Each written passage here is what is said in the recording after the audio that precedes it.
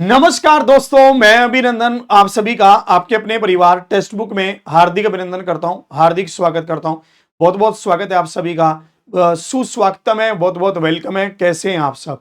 हम आपके साथ लगातार लेकर आ रहे हैं 15 मिनट 25 क्वेश्चन की ये सीरीज, जिसमें मैं आपको एसएससी सीजीएल 2025 के ही पेपर करवा रहा हूं।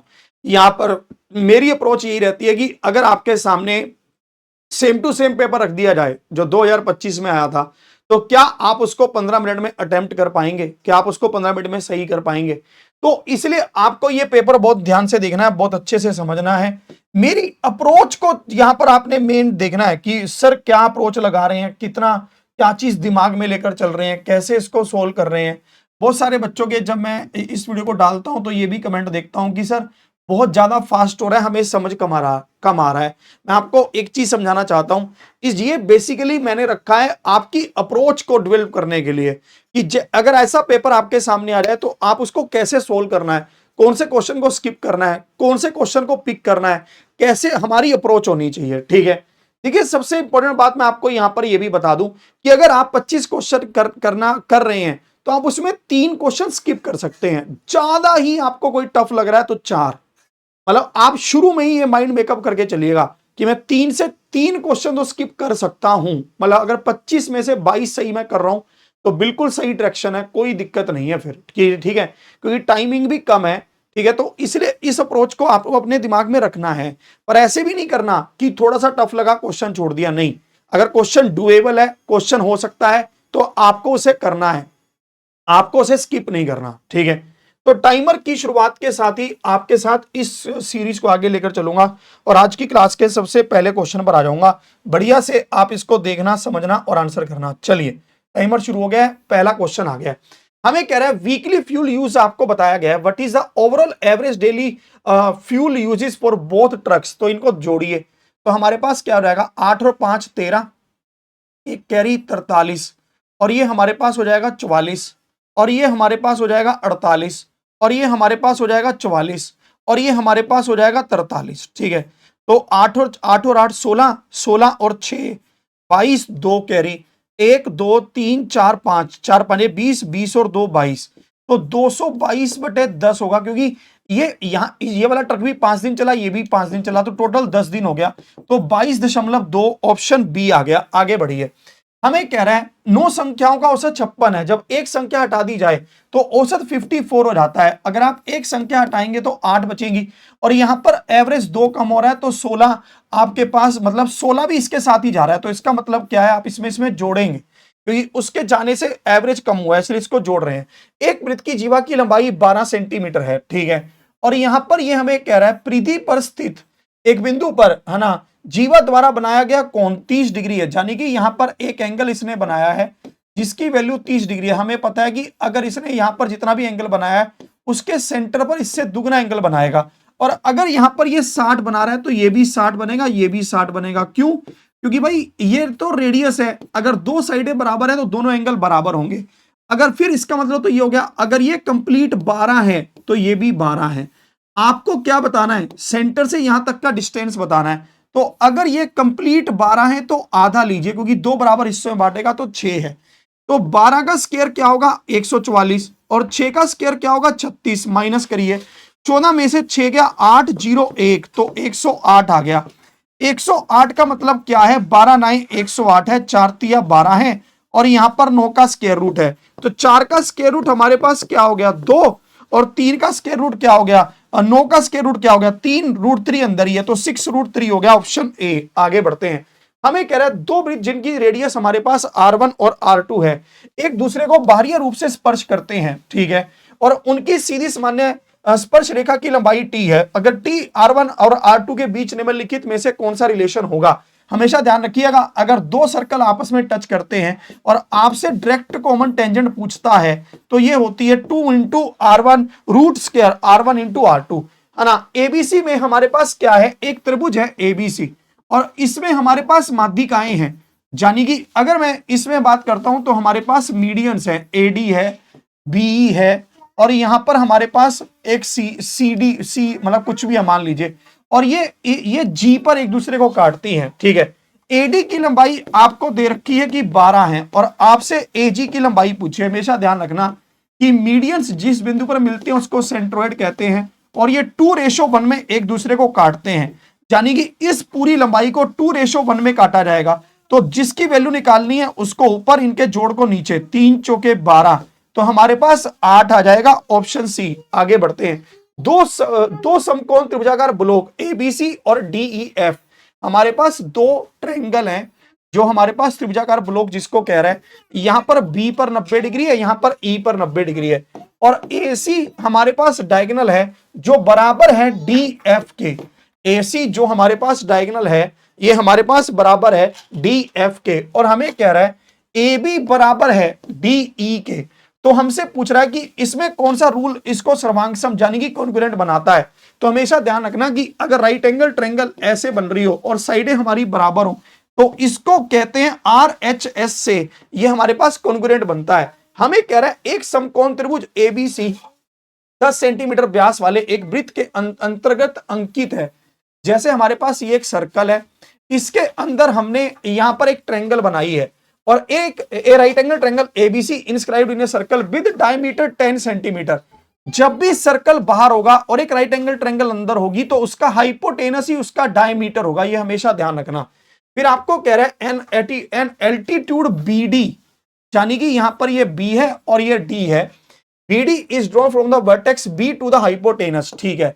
और हमें यहां पर कह रहा है hypotenuse AC if the length of the length AB is 6, ठीक है, what is the length of the segment AD, हमसे ये पूछा गया। तो आप यहां पर ध्यान देना, इसमें एक प्रॉपर्टी होती है AB square is equal to AD into AC। AB square क्या हो जाएगा 36, AD क्या है 10, हमसे AC पूछा है तो AC क्या हो जाएगा 3.6। आगे बढ़िए। एक धनराशि 10% वार्षिक चक्रवृद्धि ब्याज के दर से 2 वर्षों में इतनी हो जाती है, मूलधन बताइए। तो हमारे पास है प्रिंसिपल इंटू 110/100, 110/100 बराबर किसके है 12,100 के। 0000 काटिए, इसको काटिए 121 से तो ये पूरा कट जाएगा। तो प्रिंसिपल क्या है 10,000 है। चलिए आगे बढ़ते हैं। 8 सेंटीमीटर त्रिज्या वाले एक वृत्त में एक जीवा द्वारा बनाया गया रेखाखंड का क्षेत्रफल क्या है। हमारे पास यहां पर ये ऐसा कह रहा है कि हमारे पास यहां पर एक 60 डिग्री का एंगल है, ठीक है, और हमें कह रहा है यदि केंद्र पर अंतरित कोण 60 डिग्री है, ठीक है, यहां पर 8 सेंटीमीटर का रेडियस है। तो मैंने कहा भाई ये भी 60 डिग्री होगा फिर, क्योंकि अगर ये 60 है तो तीनों ही 60 होंगे क्योंकि ये दोनों साइड तो बराबर ही होती है। तो इसका जो हमारे पास जीवा है उसकी लंबाई भी 8 सेंटीमीटर ही हो जाएगी। तो हमसे क्या पूछ रहा है, रेखाखंड का क्षेत्रफल पूछ रहा है। रेखाखंड का सेगमेंट का हमसे what is the area of this segment formed by A code, इसका क्षेत्रफल पूछ रहा है। तो इसका क्षेत्रफल हो जाएगा θ/360 into pi r square minus में इसका एरिया होगा √3/4 ए स्क्वायर, क्योंकि राइट एंगल ट्रायंगल है, 6 पर कटेगा तो 2 पर कटेगा तो 3 और 4, 8 चौके 32 π/3 माइनस यहां पर हो जाएगा 16√3, तो ऑप्शन ए हो जाएगा। आगे बढ़ते हैं। दो गोलाकार पिज्जों की पिज्जा की त्रिज्याओं का अनुपात आपको दे रखा है। छोटे का एरिया आपको दे रखा है, बड़े का पूछा है, तो एरिया क्या होगा अगर रेडियस दे रखा है तो स्क्वायर करिए। 4 और 9 आ गया। छोटा किसके बराबर है 4, 4 किसके प्रोपोर्शनल है 100 पाई के, तो 9 किसके बराबर होगा हमसे ये पूछा है। काटापीटी करोगे 225 पाई आ जाएगा। फिर हमें कह रहा है 2 circle intersect each other at 2 points, ठीक है, व्हाट इज द ट्रू, हमसे the internal tangent is longer than the external tangent. ये गलत है, इंटरनल एक्सटर्नल कोई टेंजेंट इसमें बनेगी नहीं, सिर्फ 2 टेंजेंट बनेंगी ऐसे ऊपर और नीचे।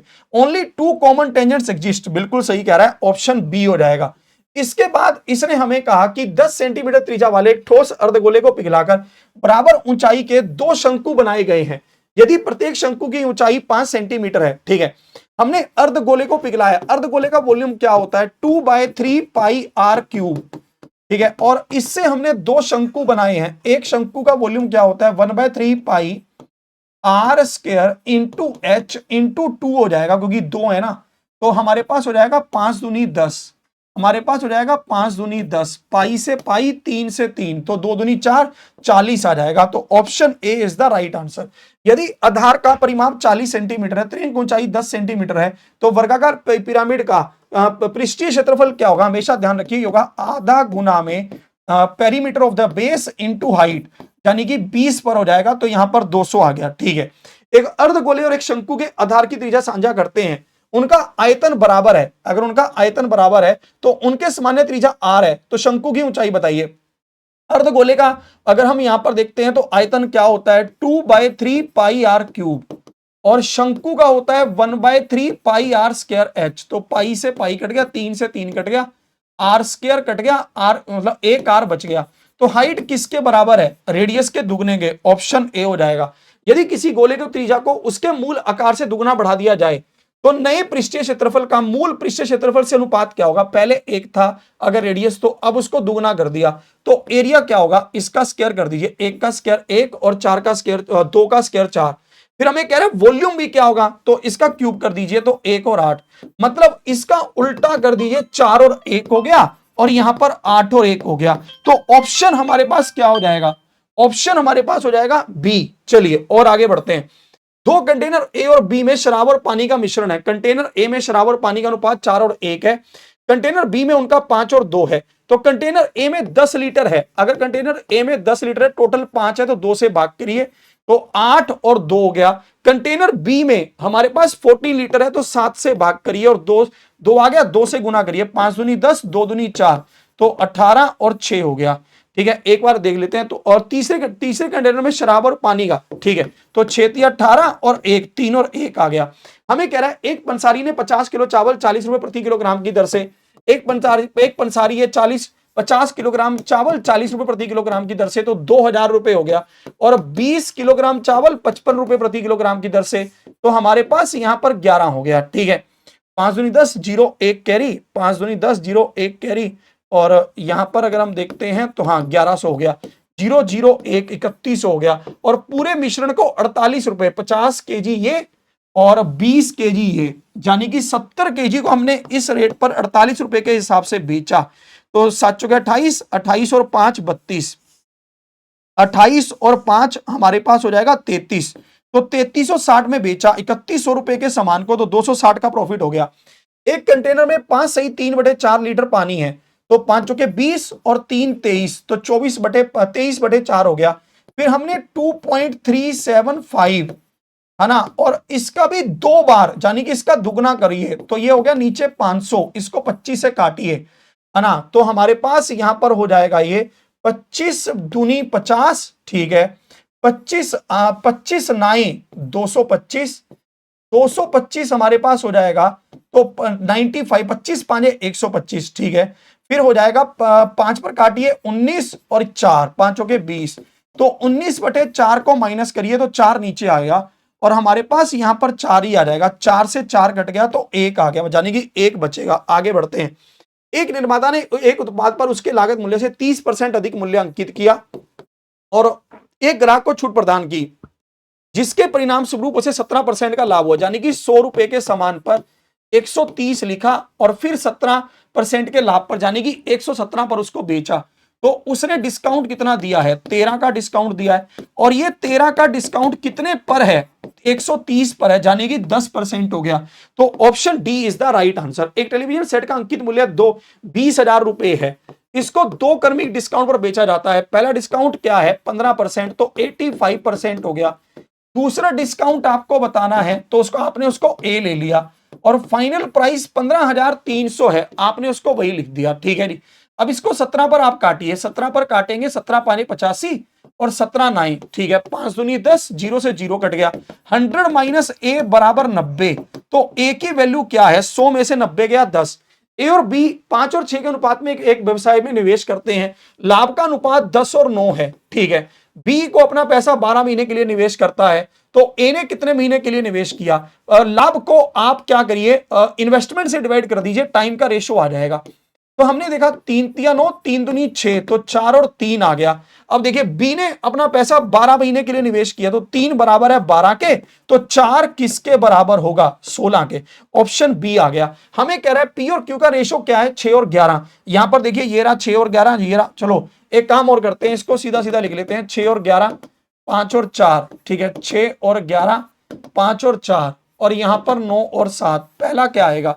9, 5 के 30, 9 तिया 27, तो 270 आएगा।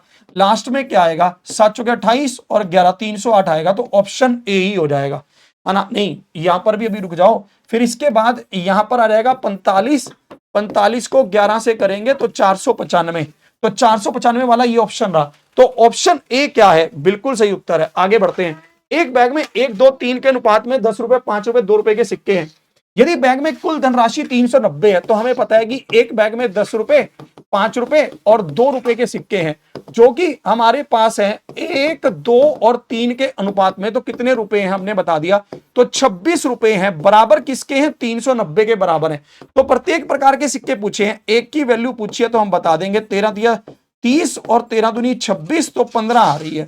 यानी कि हमारे पास 10 रुपए के जो सिक्के हैं वो 15 है ना? हमारे पास जो 10 रुपए के 10 कॉइन्स ऑफ ₹15 हमारे पास है, ठीक है जी। तो इसको देख लेते हैं एक बार। टाइमर हमारे पास अभी बचा है। सिंप्लीफिकेशन का क्वेश्चन है, इसको देखेंगे। ये हमें कह रहा है 2 सही 1/2, तो 2 से या फिर एक बार चलो 2 सही 1/2, तो 5/2 हो गया, प्लस में 36/10 हो गया। 36/10 हो गया तो 18/5 ही हुआ, है ना? इसके बाद अगर हम यहां पर देखेंगे तो मल्टीप्लाई करेंगे 100 को ऊपर और 75 को नीचे। इसके डेसिमल को हटाकर नीचे लिखेंगे 100। 25 चौके 100, 25 पाने 125, 5 से 5 कट गया तो 4 आ गया, प्लस में 1 हो गया। इसको सोल्व करेंगे 10, इसको करेंगे 25 प्लस में 16, तो हमारे पास यहां पर हो जाएगा 41/10 गुना में 100/75 प्लस में 1, 25 तिया 75, 25 चौके 100, तो 4 और 4 चौकी 16 और नीचे 30। या फिर एक काम और करो, इसको 2 पर काट लो। यहां पर ये 2 और नहीं, यहां पर ये 2 और यहां पर 5, तो टाइमर खत्म होने वाला ही है। 82 हो गया और 15 हो गया और यहां पर 1 हो गया, तो नीचे तो 15 आ गया।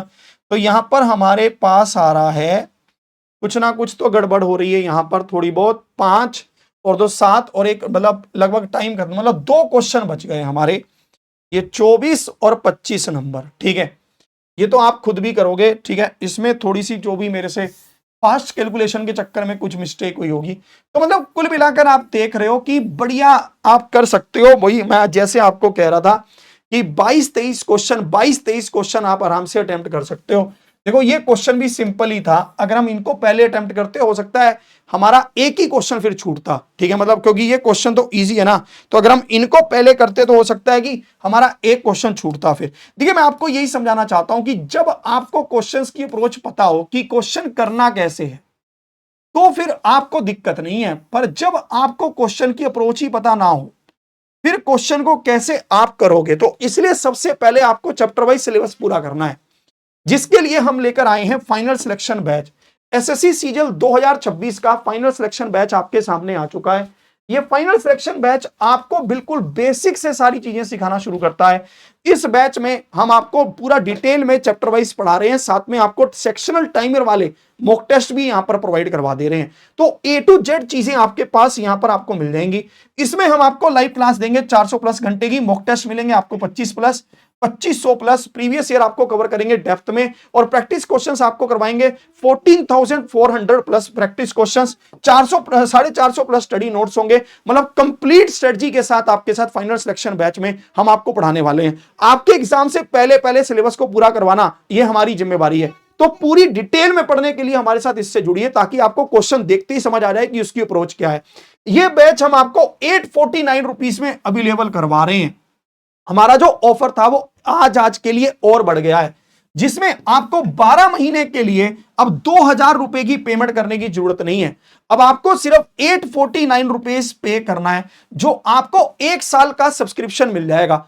इसमें क्या होगा, आपके पास एसएससी का बैच तो जुड़ ही जाएगा, पर अगर आपने सही कूपन कोड लगाया जो कि है AVS कूपन कोड, तो आपको क्या होगा कि जितने भी हमारे एसएससी के बैच अगले 1 साल तक आएंगे, चाहे वो सीजीएल है, सीपीओ, सीएचएसएल है, एमटीएस है, जीडी है, वो सब आपको इसी में मिल जाएंगे। बार बार आपको खरीदना नहीं पड़ेगा। सिर्फ एसएससी नहीं, रेलवे के जितने बैच आएंगे, एनटीपीसी ग्रुप डी, वो सब आपको इसमें मिल जाएंगे। बैंकिंग के जितने बैचेस आएंगे, आपके पास क्लर्क है, पीओ है, वो सब आपको मिल जाएंगे। इसके साथ साथ स्टेट एग्जाम्स के जितने भी बैचेस आएंगे वो सब आपको मिल जाएंगे। पर कूपन कोड ध्यान से लगाइएगा, AVS, और इन सब बैचेस की लाइव क्लास मिलेंगी, मॉक टेस्ट मिलेंगे, स्टडी नोट्स मिलेंगे, मतलब सब कुछ आपको एवरग्रीन हमेशा के लिए, मतलब 12 महीने के लिए कुछ आपको एक्स्ट्रा पेमेंट करने की जरूरत नहीं है। ठीक है, तो इसमें आप जरूर जुड़िए और AVS कूपन कोड के साथ जुड़िए। इसमें आप जुड़ोगे कैसे, इसका लिंक कहां मिलेगा, मैं आपको यह बता देता हूं। अभी जो वीडियो आपके पास ये चल रहा है, ठीक है, इसी वीडियो में नीचे एक लिंक दिया है, जैसे मोर पर क्लिक करोगे, एसएससी सीजीएल सिलेक्शन बैच, इस पर क्लिक करिएगा। एसएससी सीजीएल सिलेक्शन बैच पर आप क्लिक करेंगे तो आपको ये हमारे सिलेक्शन बैच पर ले आएगा। अभी ये हो गया। इस सिलेक्शन बैच में जैसे ही आप आओगे तो आपको व्यू ऑल प्लान करना है। वैसे तो ऑफर की डेट 30 तारीख तक की थी, पर हमने एक दिन और बढ़वा दी है ताकि सभी बच्चे इससे जुड़ पाएं। आपको यहां पर कीमत दिखाएगा 12 महीने की 1799, पर आपने अप्लाई कूपन में जाना है और कूपन अप्लाई करना है AVS। जैसे ही आप इसमें कूपन अप्लाई करेंगे AVS, आपकी कीमत क्या रह गई, 849। AVS, आपको ये कूपन कोड ध्यान से अप्लाई करना है और आपको इस 12 महीने वाले पर सिलेक्ट करके ही पेमेंट करनी है, ध्यान से, ठीक है। तो 849 में AVS कूपन कोड के साथ आपको सारी क्लासेस चैप्टर वाइज मिल जाएंगी। सिर्फ क्लासेस ही नहीं, साथ में मॉक टेस्ट आपको मिल जाएंगे, और सिर्फ एसएससी ही नहीं, साथ में आपको रेलवे के 1 साल तक, अगले 12 महीने तक जितने बैचेस आएंगे, बैंकिंग के जितने बैचेस आएंगे, स्टेट एग्जाम्स के जितने बैचेस आएंगे, वो सब मिल जाएंगे। पर कूपन कोड ध्यान से लगाइएगा, AVS, ध्यान रखिएगा, ठीक है जी। तो इसी के साथ रेगुलर क्लासेस में बने रहिए। डेली रात को 9 बजे मैं आपके साथ लाइव जुड़ता हूं, जिसमें मैं आपको 25 क्वेश्चन पूरी डिटेल के साथ भी समझाता हूं, तो वहां पर भी आप जरूर लाइव आइए और ध्यान से हमारे साथ पढ़िए। तो इसी के साथ आज का सेशन यहीं तक। आपको आज की क्लास कैसी लगी मुझे जरूर कमेंट करके बताइएगा। जय हिंद, जय भारत।